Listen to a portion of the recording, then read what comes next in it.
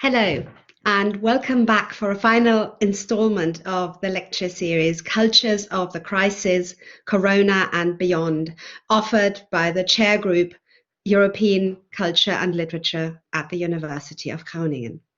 My name is Vera Alexander, and also present and active behind the scenes is Dr. Konstantin Mirau, who will be acting as technical troubleshooter during today's session. Thanks, Konstantin.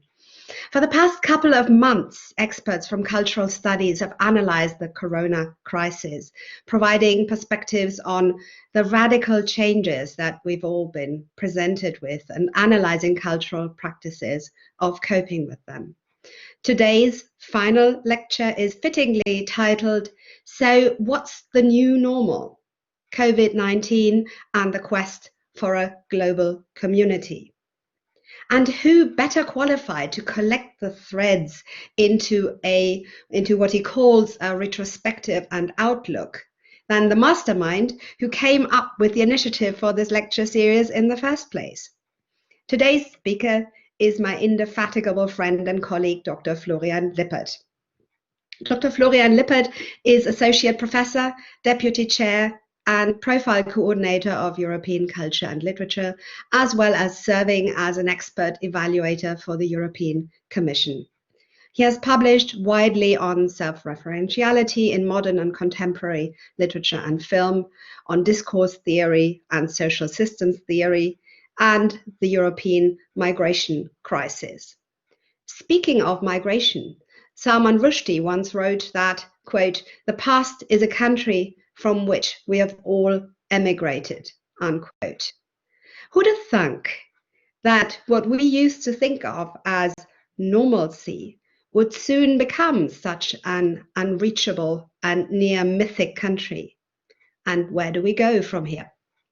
So, Florian, what's the new normal? The virtual floor is all yours. Thank you, dear Vera, for this very kind introduction and for the compliments particularly. I noted them down, mastermind and best suited. I will always remember that. And welcome to the audience. Great that you could make it despite the fact that summer is approaching fast, obviously. So as Vera has told you, this final lecture of the series today serves two main purposes. First, I want to shine a critical light on that thing, the new normal, which in turn comprises several things.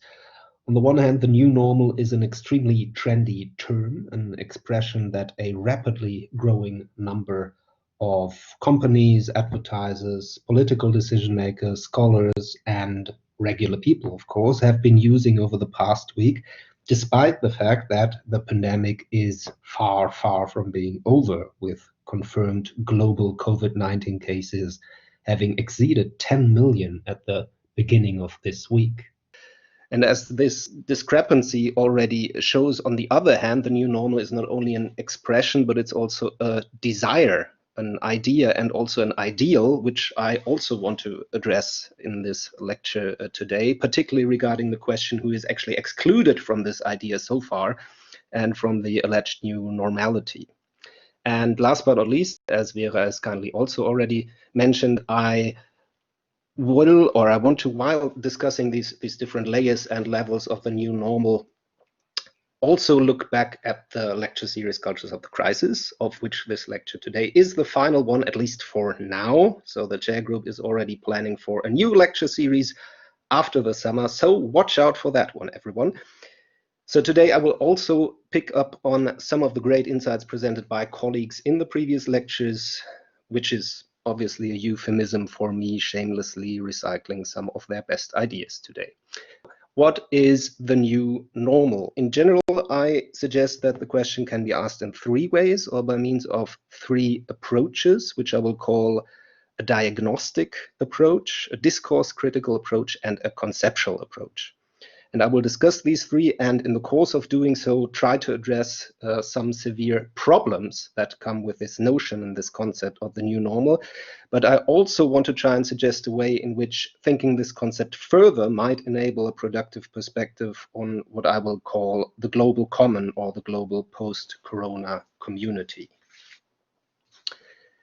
So, first things first. In a diagnostic sense, the question would be aiming at a diagnosis of contemporary cultural practices, mindsets, new standards in Corona times. So a rather intuitive approach. And following this approach, we would then rather use the new normal not as some kind of title or as a complex concept, which it actually is, but to start off with, we would simply use it as an actual description of what is going on. So in this particular case, with this approach, we don't need the capital letters. We simply ask what is a new normal. And if we ask the question in this way, we can find many profound answers in the lectures of this series over the past weeks. So to start with a very straightforward example, in most parts of the first and the second world, the new normal implies new routines of washing hands on a regular basis. While on the other hand, in the poorest parts of South Africa, for instance, as discussed by Margriet van der Waal in her lecture, it actually means less washing hands due to less access to water and sanitation during lockdown and further increase in poverty after lockdown. And in case you have missed Margriet's or any of the other lectures I will refer to, I once more invite you very warmly to watch the recordings of all lectures which are linked on our website. So simply Google Cultures of the Crisis Groningen. I will dearly miss saying this sentence, which I think I've repeated in every lecture 2 or 3 times. So that would be one example. Another example, for many people, the new normal includes new forms of local connectedness, for instance, with their neighbors, to use an example of Vera Alexander's lecture. Whereas for other people, it contributes to the acceleration of what Vera, following the authors of the book, which you can see in the lower right corner of the screen, Way, Ali, Gilligan, and Nogueira, has referred to as the crisis of connection. So the rise in anxiety, in loneliness, or in domestic violence, for instance. Or example number 3. While the new normal for media consumers in the global north often means a reorientation towards the classical legacy media, particularly TV, as showcased in this recent study on the left-hand side regarding the US situation, several of our lectures, namely those by Konstantin Mirau, by Elisabeth Pinilla Duarte, and by Juan del Valle, have exemplified fundamental media conflicts and irreversible transformations concerning media consumption in Latin America in the context of the pandemic.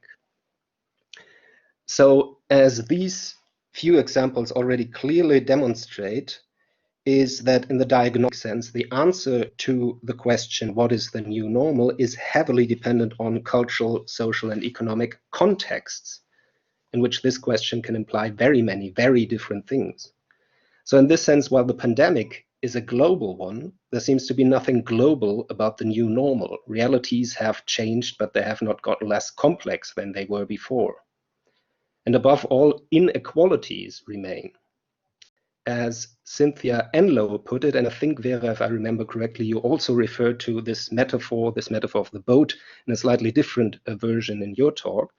So I quote Enloe, "We aren't all in this together. We're in the same rough seas, but we're in very different boats. And some of those boats are very leaky, and some of those boats were never given oars, and some of those boats have high-powered motors on them.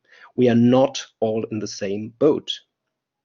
Or as Chime Asonye recently put it in an article for the World Economic Forum entitled, "There's Nothing New About the New Normal," I quote him, "Normal has not worked for a majority of the world's population, so why would it start working now?" Keeping in mind the crucial difference between equality, equity, and justice, to which Pablo Valdivia has referred many times in his crisis-related research, and for those of you who are not familiar with it, so we have on the left-hand side equality, which means everyone gets the same support, but it does not take into consideration the different circumstances and conditions that existed before. Whereas equity in the middle does take this into account, and justice on the right-hand side would mean no one needs support because the structural cause of the inequity was addressed. So Keeping these differences in mind, we must rather recognize that in stark contrast to circulating paradigms of the COVID crisis being the big leveler that would enable a fresh start or a clean slate, this health crisis will not move the world towards more equity, let alone justice. So in this illustration, it will not move the world towards the right-hand side, but rather the opposite, that it will make things worse. So in this illustration, move it further towards the left-hand side, take away everyone's boxes and see what happens. For instance, obviously, wealthy societies will be able and are able to recover more quickly and more profoundly than poorer ones. So the corona crisis will not per se help to alleviate problems of inequality, but rather bears the potential to worsen them. What the crisis does, however, is to expose some of these problems of inequality in new and substantial ways. And again, we have seen many excellent examples for such exposure in the previous lectures. Xenia Robbe, Jeanette Entonda, and Esther Yirish have shown how the crisis exposes persisting hierarchies of gendered time when it comes to the question who stays at home and takes care of the children, as well as prejudice towards female leaders. Christian Kirchmeier has reminded us of the fact that during lockdown, fundamental aspects of such as the size of your home and the actual spatial possibilities to practice social distancing can have a massive influence on the risk of infection. And at a more general level, Alberto Gorioli has very lucidly argued in his lecture on defamiliarization that the crisis can make the familiar unfamiliar, make us aware of inequality and inspire critical reflection, which, however, usually, as Alberto pointed out, happens in contrast to habitualization, so in contrast to our longing for the normal. So the question or the quest arising from my diagnostic approach on the new normal is thus, how can this new normal integrate critical reflection on the old normal rather than just imply that everyone carries on as usual but with a mask on their face and without the boxes under their feet? And how can it do so at a global scale?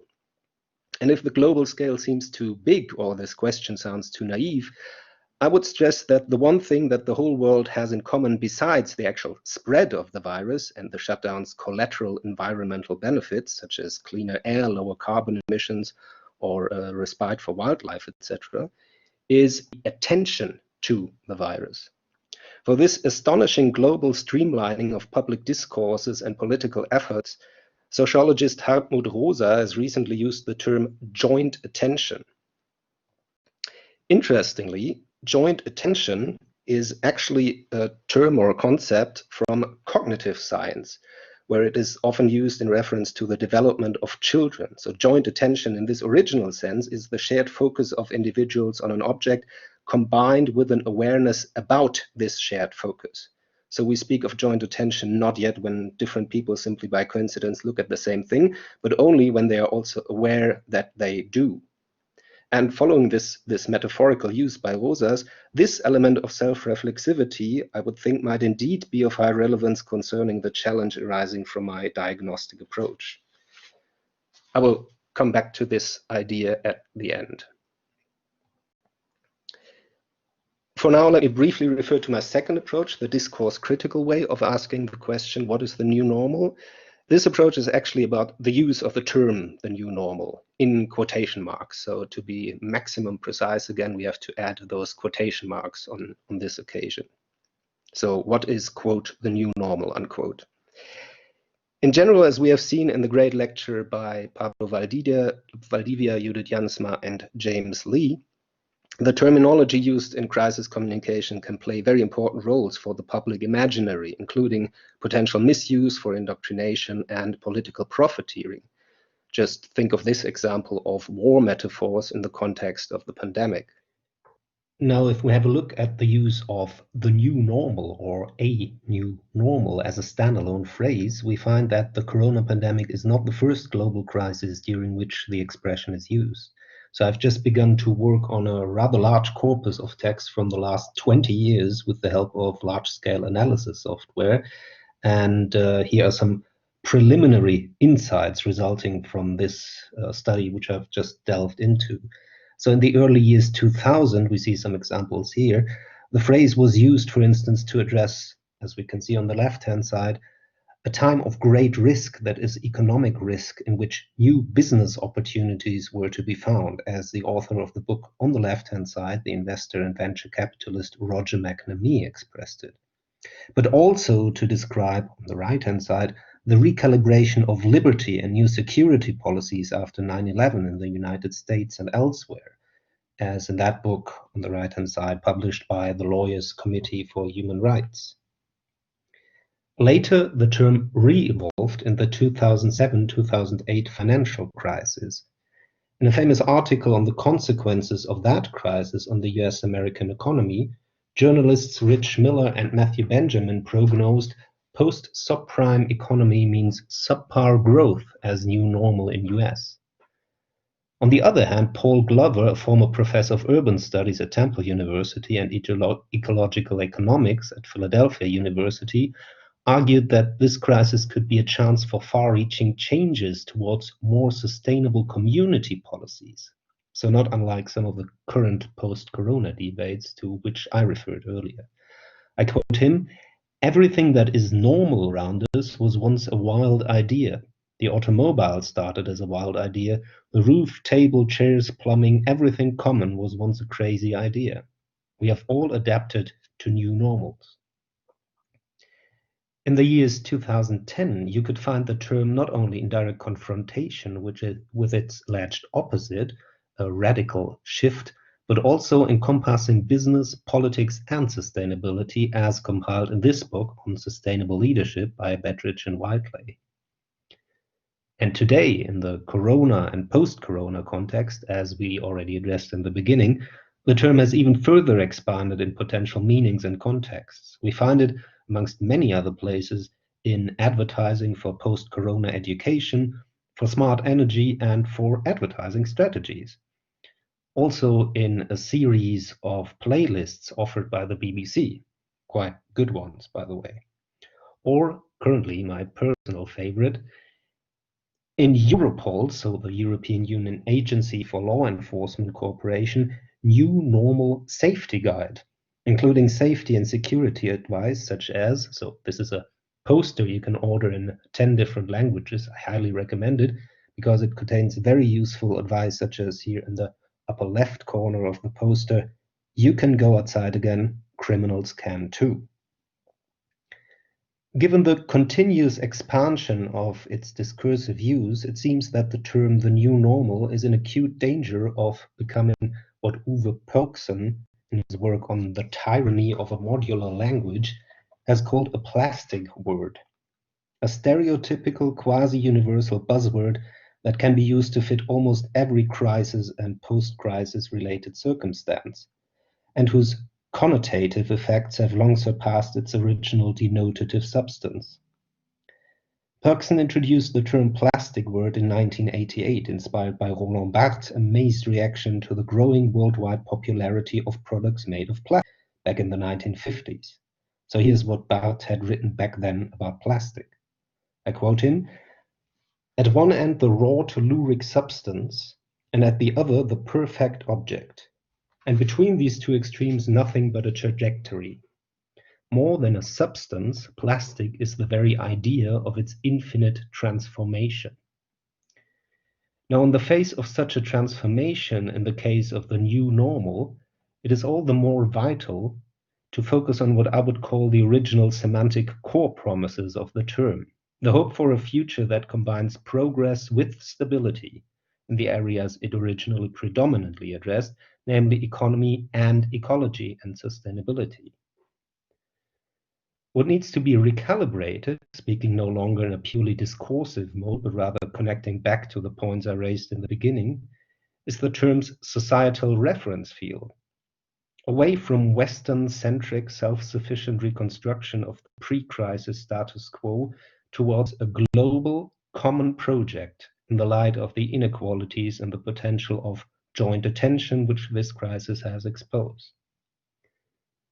So I will now come to the third and final level I had addressed in the beginning. And for that, I need to switch slides. So hang on a second, please. here we go. So the conceptual level. At this level, I want to ask, what does the idea of a new normal imply in principle? So actually, to be a bit more specific again, I could give this another twist and ask, what's a new normal? Here we can depart from a sociological core differentiation between two fundamental meanings of the concept. Normal can refer to normativity, which is based on prescriptive norms or rules, and to normality, which is based on descriptive statistics and averages. So when we say something is normal, we can either mean that it is in line with the rules, or that it is comparable to what many other people do or think, etc., as proven by statistics and averages, for instance. Or we can imply a mixture of both, which is something that, for instance, populism likes to do, to mix them or to disguise one as the other, usually then to disguise normativity as normality. Concerning the history of these two meanings of normal, the cultural scholar Jürgen Link, who has published extensively on the history of normality and normalization, and I mainly refer to these two articles here, so on the contribution of normalism to modernity and postmodernity, and from the power of the norm to flexible normalism, in which Link connects to Michel Foucault's thoughts about normalization. By the way, in our series, Konstantin Miro has so aptly discussed these origins of this discourse in Foucault's works. So Jürgen Link argues that normativity is an ancient concept. Basically, all human societies possess or have possessed prescriptive norms, whereas normality is an explicitly modern phenomenon, existing, and I quote Link here, only in data processing societies, only in cultures that continuously, routinely, comprehensively, and institutionally make themselves statistically transparent, end of quote. So societies that conduct polls, that digitalize themselves, etc. In such societies, Link sees a development towards a functional dominance of normality over normativity. So rather than judging social actions due to pre-existent rules, because this is what normativity is about, first there are the rules and then people have to comply with them. According to Link, we more and more integrate them into post-existent societal self-description. So this is what normality is about. We look at what people do and then say, okay, this is normal. If we follow Link's view here, the quest I referred to earlier can be specified. I'm searching for perspectives on a new, non-local, but global normality. So a societal self-description and self-understanding that would include a joint attention to the global challenges exposed and re-exposed by the pandemic. And since this kind of self-description is post-existent, as Link put it, a particular challenge lies in the step before, which I addressed earlier, the integration on a global scale. So in the final part of my talk today, I would like to take a closer look at the question what the term global could refer to in this context. So how can we imagine a global normality that is not Western-centric? And my suggestion is to apply some insights by François Julien, who is both a Hellenist and a sinologist and most well known for his works on Chinese philosophy and comparison with European thought. He has worked on the question how we can conceptualize a global perspective that integrates different cultures without streamlining, relativizing, or ranking them. So the main sources to which I refer here are these works on the universal, the uniform, the common, and dialogue between cultures, and the book on the right-hand side, the title of which can be translated as There is no cultural identity. As the title of the first book shows, Julien differentiates between three crucial terms, which all have something to do with sameness and global perspectives. So we can visualize those as a triangle, the universal, the uniform, and the common. And this differentiation shall now help me to approach my question. So I will briefly present the triangle and then suggest to relate it to my question on a global normality. In Julien's conception, the universal comes in two forms. A weak form, which is limited to experience alone, I quote him here, we record the fact that insofar as we have until now been able to observe it, a thing always occurs in this way. And then there is a strong form of universality. I quote him again. We assert from the outset, before any confirmation has been given by experience, that such a thing must occur in this way. From Julien's elaborations and comments spread out across his works, I summarize that the following applies to the universal in the latter, so in the strong sense. It is primarily an epistemological category that aims to be categorical, so to define a priori conditions and to appear logical and arising from reason, as Julien writes. An example would be the Universal Declaration of the Human Rights. And opposites of the universal in Julien's sense are the individual or the singular. A considerable problem that comes with the universal, it is in itself not a universal concept, as Julien argues, but rather the singular product of European intellectual history alone. For instance, the Europe of the classical epoch has transferred this principle, from mathematics to physics, so classical Newton physics, and from this the universal laws of nature were derived. To relate this problem to our case at hand, I quote Julien again, is such a universality still so applicable when we are no longer dealing with the knowledge we construct of things, but return to the human? Between cultures, can and must we today envisage living in common under the demands of a pre-established universality? So here, in our context, we recognize the risk of a Western-centrist new normal. And we could also add the crucial observation that weak universality, so this motto, it has always been this way, is often mistaken for strong universality. It has to be this way, which can obviously be related to habitualization. So this is exactly what happens in many current discourses on and uses of new normal in the corona and post-corona context, some of which I have discussed earlier. So much for the universal. The uniform, in contrast, is predominantly an economic category in this scheme of Julien's. I quote him, a concept of production, such as the standard or the stereotype, not of reason. Examples for the uniform in this sense would be global consumption patterns or brands. The opposite is the different, Julien writes.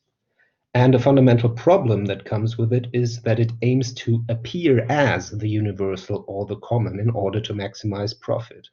And here we can think, for instance, of the forms of corona marketing and commercialization of solidarity that James Lee described in his lecture. Finally, the common. The common is a political category, according to Julien, in a fundamental or original sense, namely deriving from the Aristotelian polis, the city community. It addresses what we are a part of or in which we take part. An example would be any kind of community. What is important about this, I quote Julien, a community is extensive as a principle, in proportion at once to what is shared in it and to those who participate in it. The opposite would be the inherent and the particular. But again, also this concept comes with a fundamental problem, namely an ambiguity. Its inclusiveness might lead to exclusion. I quote Julien again, we also see that this adverse inherent, so which is actually the opposite of the common, threatens to absorb the common and consequently totally to overrun its ideal. This takes place as soon as this community of sharing considers that it possesses its shared attributes in its own right, as soon as what opened its members up to one another then closes up in a common property.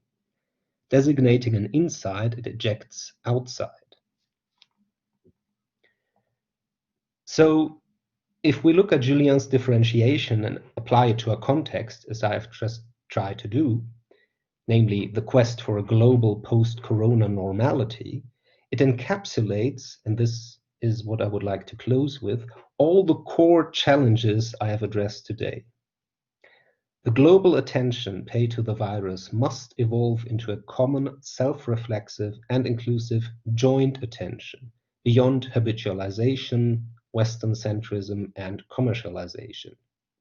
And the collateral, secondary effects and insights regarding global inequality and unsustainability that came with the crisis must become the primary concern of this joint attention. Or in simpler terms, we need a true common to create a truly new normal. Thank you very much for your attention.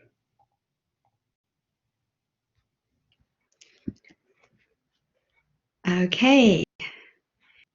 Thank you very much, Florian, for these very cogent and systematic explanations of the terminology that we hear and see around ourselves. I've opened the chat for comments, questions, feedback. We agreed that because this is the last and sort of rounding off event in this series, we're also going to open this for sound. So those of you who have a working microphone will be able to actually speak and take part in this. So I'm just taking a look. First, compliments are pouring in. Well done, Florian. You've really moved things back to some kind of systematic plane. And in a sense, this is a feel-good moment because we like structure. And of course, you're the best expert to deliver this kind of structure, especially on a topic such as norms or normalcy. The word actually goes back to something that has to do with patterns, right? As you pointed out, with standards. So these are actually very solid concepts that indicate something that hesitates becoming flexible in the way that you describe. So while we're waiting for the questions to take off, I would like to go back to something that is, well, there were so many interesting points, of course, but one of the topics that our chair group often deals with in various installments, in various courses, is the idea of place. Right? We work with place a lot. We work with the city. We work with various places, and of course, also the various ways in which Europe fits into these metaphoric and real places. And I would like to ask, where do you see in this global post-corona normalcy that you've sketched, where do you see the region? Because it seems to me that a lot of atavistic notions about nations, about North and South, have come to the fore in recent discussions. But there isn't a lot of talk about the region. Thank you very much. That's a brilliant question, really. I mean, spontaneously, I would think that what we see, I mean, there's a lot of discourse about renationalization, not only within Europe, but basically everywhere in the world, right?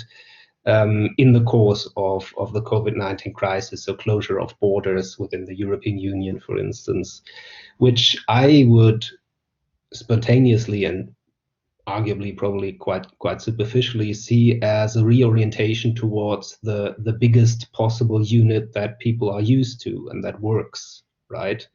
So in this sense, I would say, so that would be an approach to, well, yeah, neglect the local or the regional. On the other hand, I think what you yourself, Vera, so neatly presented in your talk about new super locality, so to speak. So really, we focus very much on our immediate spatial surroundings because there's no other option, right? In many cases, not only during lockdown, but after also when lockdown measures are eased, right? So just to play it safe, we stay in our small little space. So I think that would be a kind of a counter movement or counter development to this.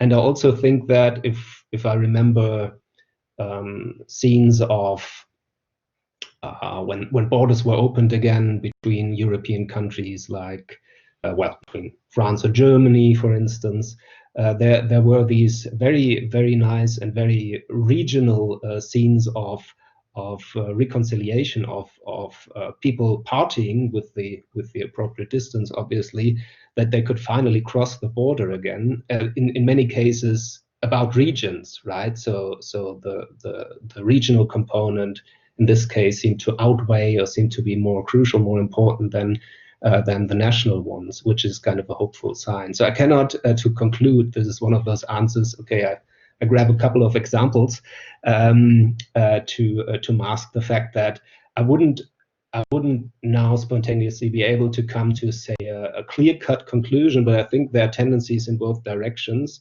And after all, this could very well also be a chance to newly and rethink after this newly arisen nationalism, to rethink which regions are really the most important for us, because this kind of reorientation also happened, right? So we were forced to ask, okay, what is the most important thing, for instance?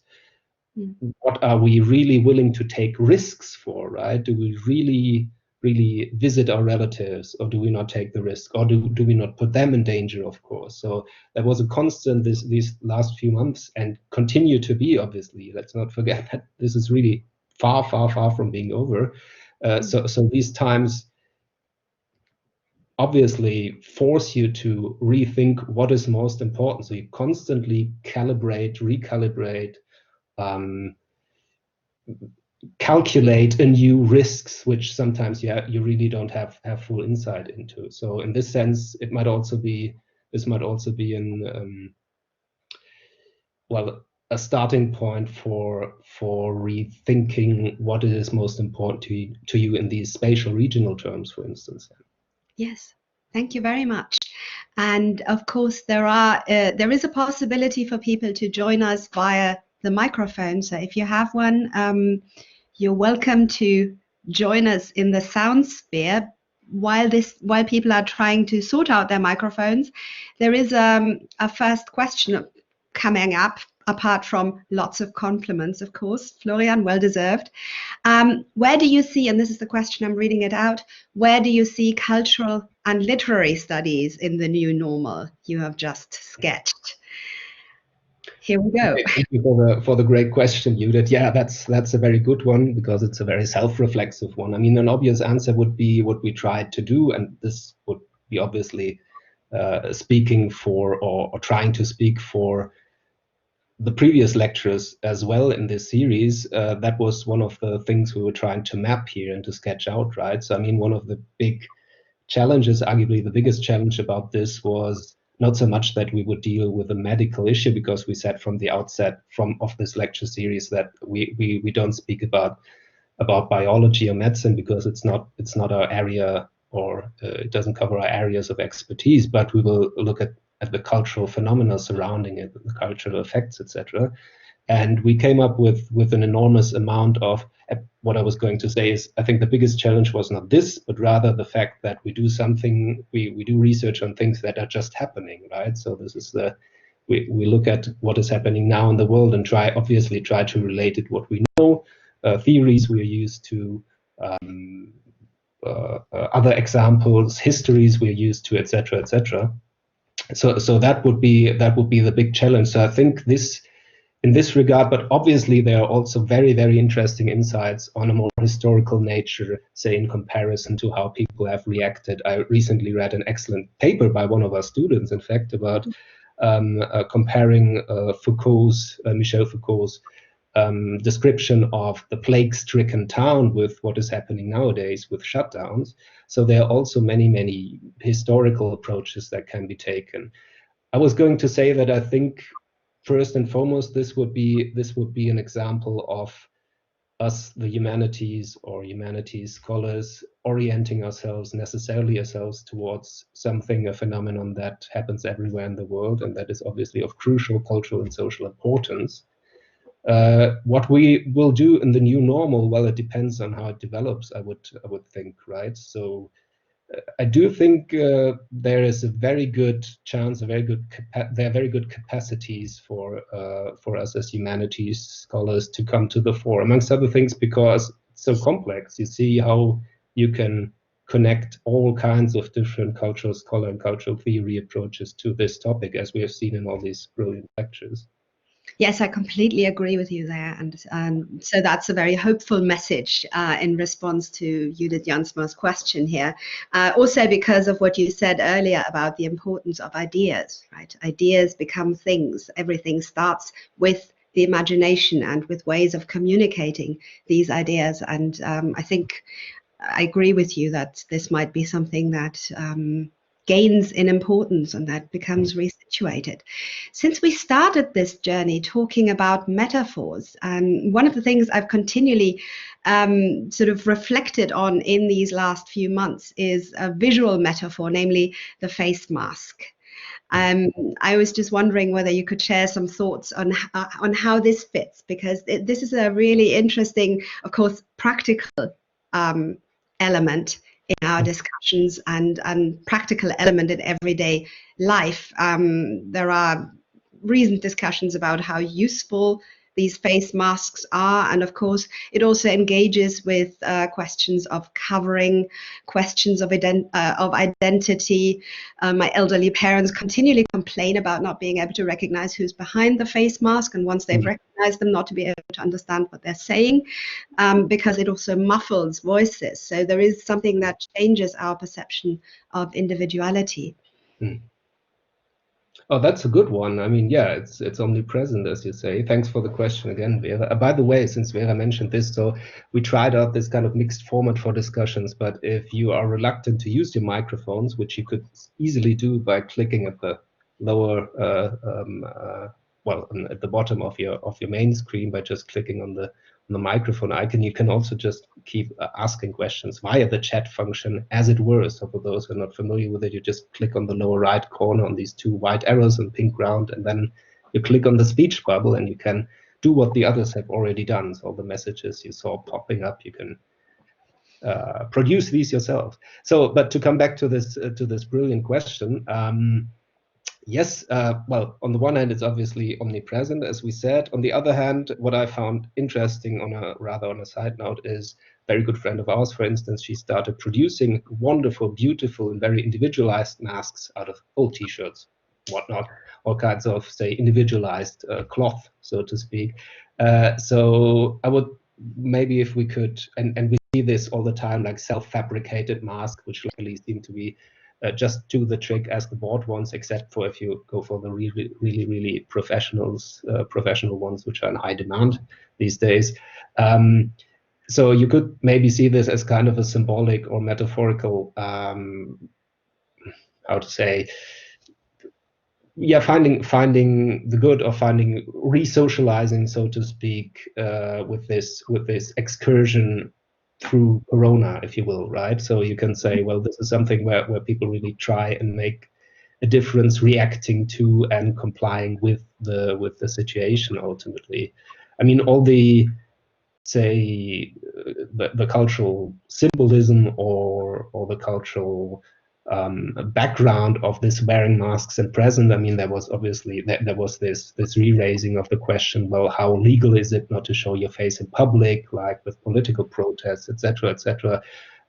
Those were, of course, also interesting cross relations where you see that the medical demand, so to speak, or the health demand, very quickly makes its way into much more muddy waters, so to speak. So to discuss, okay, and again, calibrating, always weighting between different values, right? So is this, in all cases, does wearing the mask have priority under this and that circumstance versus, say, cultural values of being, what you were addressing there, of being able to recognize one's face, or being able to make more direct contact with people, etc., etc. Yeah, that's a very good point. And I think there is a transitional question coming up from Konstantin Mira, who will use the mic, about the response of the criminal sphere. So we're delving deeper into this. Konstantin, the floor is yours. If you can hear me? Yes. Absolutely. So, first, of course, my congratulations for this wonderful series, and it's been a great honor to be part of it. So thank you very much for that. And I was very intrigued by the Interpol poster that sort of gave some advice and said, now you're back on the streets, and so are the criminals. I think that was the point. But of course, in this new situation, we've also seen that areas very much dominated by criminal elements. So let's say favelas in Brazil have been getting quite a lot of attention. Actually managed to self-organize a response to organize these neighborhoods that have a very problematic relationship with police, and that generally do not get policed. They only sort of get invaded to apprehend one or two of their. So can you perhaps say something about how in this new situation we're getting also sort of, like, I should be careful here, but a sort of a new appreciation or a cultural appreciation for the way criminal elements have contributed to dealing with the situation? Wow, I mean that's a that's a very intricate one. Thanks so much. But brilliant question, obviously, Konstantin. Actually, because you were much more the person to answer this, I assume, given your expertise about which you presented also about the project about prisons in South America, right? So I mean, so that would maybe relate to this discussion line about cultures of crime, economies of crime, etc., etc. I seem to remember, but I cannot recall the title of the book now. Free economics, for instance, right? So this kind of objectified formalistic perspectives on criminal activities, and to see, okay, how successful are they actually, when we for once forget about that it's crime and just look at the social practices or the cultural practices, the business practices above all that they follow up. So that would be a book still to be written, yes. Yeah, when it comes to this poster, I just found it funny, obviously, in the first instance, also because it seems to, in relation to this topic of new normal, it seems to take all these obvious things and just remind people, okay, yeah, this is maximum kind of renormalization, in the sense it should not be, probably at least some of these examples are really, yeah, as if nothing had happened, except for now, please do wear a mask, right? And so this was at the core of this idea, was to show, and actually here the two areas overlap, because you were relating to patterns of behavior by criminals, but actually it was something that really affected everyone in every situation with every background, right? But obviously to very, very different extents and with massively different effects. So we cannot go back to this kind of normal, not in a more moral induced or ethical sense. That is also true, I would think, but also in a purely descriptive sense. Say these insights that came to the fore here are will just not allow it, I guess. So I'm afraid this is a question I really couldn't answer to the fullest, but maybe you yourself, Konstantin, can add to this. Well, how do you see this? Like, I mean, you seem to suggest that it is indeed something we could take as a useful pattern of sorts, right? Well, so I think you raised a couple of very interesting points there. So my thinking is only starting about this as well. But what we did get is, through this crisis, is well, perhaps in Guglioli's sense, this moment of defamiliarization with the familiar, which sort of forces us to rethink the roles of the criminal, of police, and in many of these environments, criminals have in fact contributed more to public health than police, and sort of a role reversal that, in a sense, had been there in potential, but is now really coming to the fore. So I'm really intrigued by that effect. Mm. Yeah. Perhaps we thank you. Yeah, sorry. Okay, perhaps we can bring Christian Kirchmeier into the mix, because he's also got a contribution. There's a question coming up about the persistence of the new normal. So I think that ties in well with what you two were touching on just now. Yes, thank you very much, Florian, for the talk. And Sorry for interrupting. You can also switch on your camera if you want, because otherwise in the recording you'll only see this avatar of yours if you want, but no pressure. I mean, it's also fine. Sure, let me see if it... That's actually an experience I made when you were giving the lecture, I think. I just, sorry, it's no, because it uses per default my other camera, which is on the way, so it takes a minute until I have it organized. But again, thank you for the talk and for organizing this series. From the beginning of this Corona crisis, the question that I found one of the most interesting questions is, what of these changes that we are experiencing will actually be persistent? Because the masks will go away, we will continue, or we will start flying to different places for our holidays again, and our teaching will go back to teaching on site again, and all of these aspects. But on the other hand, I would say there's still this experience of a new normal, which is not due to the Corona crisis. So is this, how much of this question of the new normal is does actually go back to Corona, and how much is part of a longer social development, so to say? Great, yeah, thank you. This is obviously a very, very deep or very, very complex question, a question addressing many different branches of what could happen, so to speak. I think, I mean, the main challenge is obviously if it's possible to put everything into a few sentences, like what is out there in regards to challenge, is to what I refer to as make the secondary effects, such as, I mean, the positive secondary effects, such as the ecological effects I refer to, and make them something of primary concern, which already happens in a very, or I say this, a very episodic manner. I mean, I haven't read research about it. We know that nature is getting better, so to speak, and we know that many people demand that this could be an actual example on what we should focus on. So if there's a global effort, things can get changed, even though the primary reason for this was obviously a very, very different one. And I read, I would actually wanted to build this in, but then I left it out because it's a bit on the edge, so to speak, and a metaphor used by Bruno Latour, and it's very typical Bruno Latour. That's why I left it out in the end, because it's appealing, but then it's also so he said that this pandemic, that COVID has given us a model of contamination, and that could be turned into a positive. So he writes that, I quote Latour him, this pandemic has shown how quickly something can become global just by going from one mouth to another, which basically means, okay, so now as we have infected ourselves, you could say, we can also, and there you see why I found it a bit on the edge, but I think it fits into that context quite well, actually. So it would mean, as I said, so taking the secondary effects and making them a more conscious primary concern, so to speak, like this. Or since we were also referring, Christian, I think to the question or to the question, how new are these crises actually? That's why I said like exposed and re-exposed, because most of that is not new, right?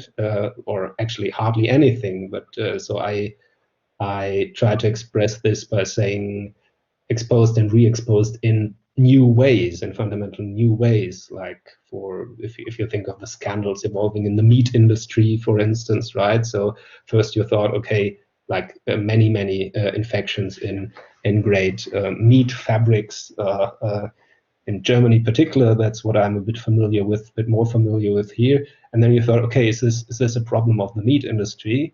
And yes, it is, but not because meat is somehow more dangerous, but partially because it's a very cool working place, and apparently the virus can spread better under these cool physical circumstances, but also partially because many guest workers and hired workers live under absolutely terrible condition in this particular industry, right? They live super crowded, they don't get paid properly, etc., etc. And this is what I would say. This is a typical example of these secondary effects and this exposure in new ways, right? Because the problem, as you were saying, the problem was obviously there before, but the So the attention, what I refer to with this metaphor of the joint attention, really has to become something primary in these fields, in these instances. Right. Thank you very much. There is another question that I'm trying to make out amongst the compliments and thanks that are pouring in. Could you elaborate in which spheres, in brackets, discourses, representations, practices, bracket closes, we could spot the emergence of self-reflexive and open types of the common, in inverted commas, or the new normal? Do you see them developing? Oh, wow. Well, thank you very much, dear Xenia, for this nice question for me, because self-reflexivity is obviously something I only mentioned briefly today, but it's one of my favorite topics of all times. So thank you for this very kind question, even though it's a very hard one as well. I would say that self-reflexivity, so what I'm convinced of is that self-reflexivity, yes, it's something psychological, it can be something artistic, but it's also something that happens, or say it's a very good and apt and helpful way to describe social processes and societal processes, the processes affecting whole communities. There's a very interesting image by the sociologist Zygmunt Bauman, who said that basically since the dawn of modernity, societies are continuously reflecting upon themselves, meaning that if you don't believe, so now in very, very small nutshells, now obviously this is very, very summarized, very superficial in that sense. If you don't believe in the fact, or in the imagination, that you're being ruled from above, and that for instance, the order is pre-given and you just have to fit into your role, and afterwards you will be rewarded or not, or whatever might come there afterwards. So if people, as I said, very roughly speaking, started to see that they have to come up with their own orders while they're alive, there's always an element of ordering, and there's always an element of chaos or questioning the ordering. And this continuous process of longing for freedom, trying to establish something new, something positive, or something that it's worth fighting for, so to speak, which then necessarily at a point has to become a new order if it survives. So if you always have to find, in the end, you have to find new structures for the things that were once a revolution, so to speak. So in order for them to be maintained, but they won't be maintained forever. So he called this a continuous process of societal self-reflection. And I think, so at the very broad scale, Xenia, to come back to your beautiful question, I think we could say that here, and this is kind of in a sense, this common in the sense of Julien, I would think you can see a good, say, very, very general grand example of this, or hopefully an example of this, right? So that we say this is a mode of societal mode of self-reflexivity that can actually that was inspired, as I said, secondarily inspired in many ways by the pandemic, and now has to become center stage, so to speak. Thanks so much, Florian.